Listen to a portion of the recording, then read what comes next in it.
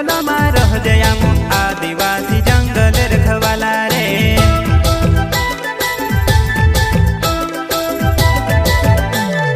चल जंगल जमीन काज पूजे रे आदिवासी दुनिया ने रखवाला रे।